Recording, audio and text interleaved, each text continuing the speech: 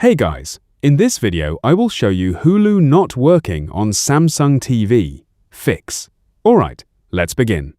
I am not using Samsung TV, but the process is similar, so follow along. First, clear Hulu's cache and data.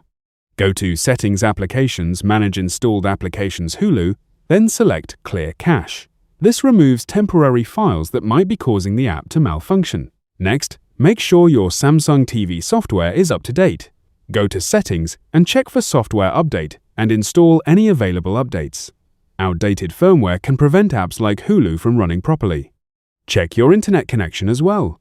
Navigate the settings network and confirm you have a strong Wi-Fi signal. You can also test it by opening another streaming app such as Netflix or YouTube. If Hulu still doesn't work, restart your TV by selecting the Restart option in the settings. So that's basically how you can fix Hulu not working on Samsung TV. That's it for this video.